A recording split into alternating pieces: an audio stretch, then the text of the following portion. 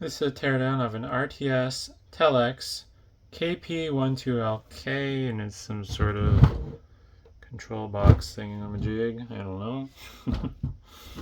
It does have some fun alphanumeric displays on the front.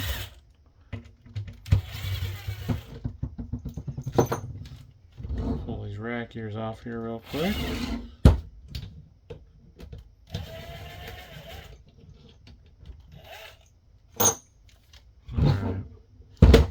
Now, get the rest of the housing apart.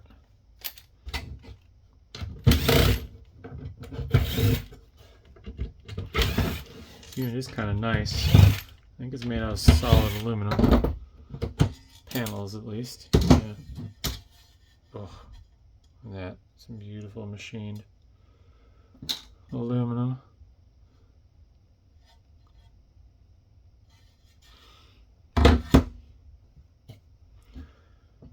Alright, let's see here. Got a variety of breakout boards. Definitely designed to be like modular and stuff. Although a lot of this RTS stuff I've tore down, you can definitely tell like the multi-purpose design.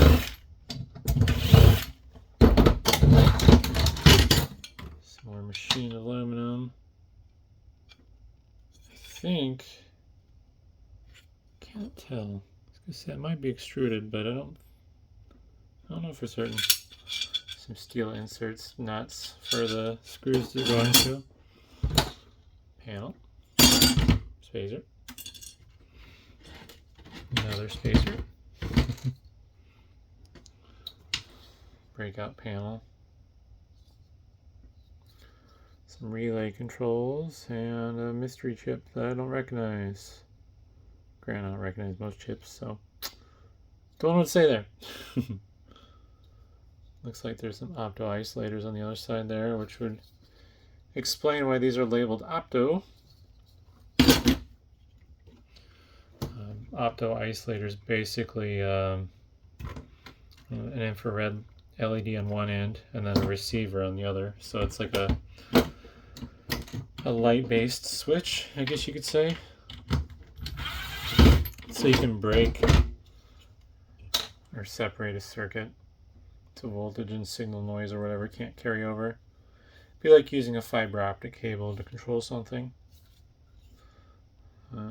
Power input thing with looks like serial connection and phone line and some other stuff, or stat cable maybe.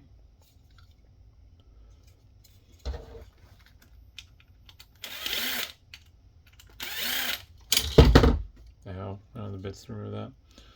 Nothing on the top side of the board anyways. Like NXP brand chip. 74HC32D. Oh.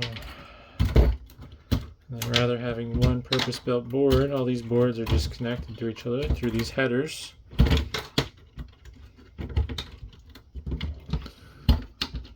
Different board does a different purpose, presumably.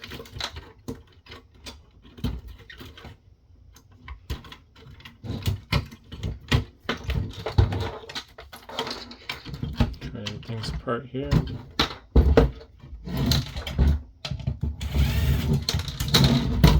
Even the standoff is aluminum. I don't have a magnet handy, but you can tell by the weight how much it weighs, and then just the scratches in it from, I assume this was extruded aluminum, then machined.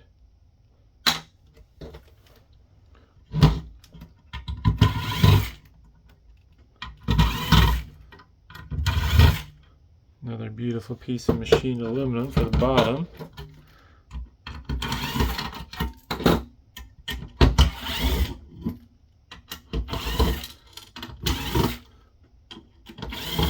Looks like it has a lot of the same machining marks as the top. Oh no, not quite. Different. This is a different spot. What's there?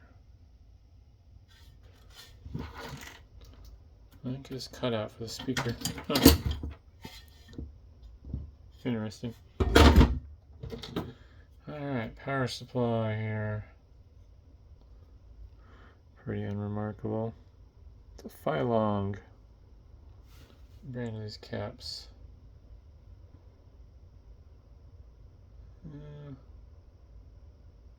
Taucon? Interesting. Alright. And pretty typical power supply. Oh, Phylong? I don't know. It's like +5, +12, and -12 volts, 25 watts total between all those. And we got the various controller boards now. Here's one of them. Got a flash chip with probably the BIOS. Almost looks like a BIOS chip to me. I think I see an AMD logo on it. Yep, AMD logo. Fortunately, the adhesive is going to make it impossible to read. Philips brand chip there. Whole bunch of headers and interconnections for the different boards. There we go, focusing. Oh, and then the bottom has even more stuff. Really long, skinny chip. And a square one by NXP. Surface mount stuff. Some bypass caps for the processors and little power regulation. And here's another board.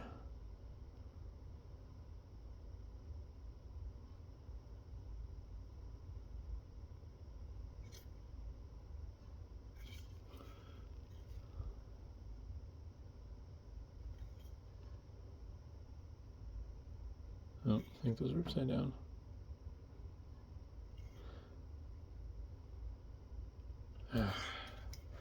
Cannot get it to focus. There we go. Doesn't help that the orientation of the chips really varies. Oh wait, no, those were the right side up. Okay, I'm just being dumb. Don't mind me. Oh, I think these are the wrong way around. Nope, they're also the right side up. Oh well. Now we got the front. So each of these display boards are their own little. Oh, maybe not. There's a seam here. You can see they're like little cluster, but nope. The alphanumeric displays are socketed though, which is exciting because that makes them easier to reuse. Whether or not I'll be able to reuse them will be another question, but dang, I'm not going to get that out easily. I don't have the right tools. No. I suspect that these are Texas Instrument branded displays. 4 segment and then multi-pixel. Can't tell how many that is. The grid of LEDs though. That way you can do alphabets and stuff rather than using like a 7-segment display. A lot of NXP brand chips in this unit. I assume these are for like display control purposes. Driver chips. More than likely this is firmware related. Alright, there's a gap. It was just really tight together so I couldn't see it. So yeah, each one of these is divided into a module. Another NXP chip. And I got some knobs and stuff.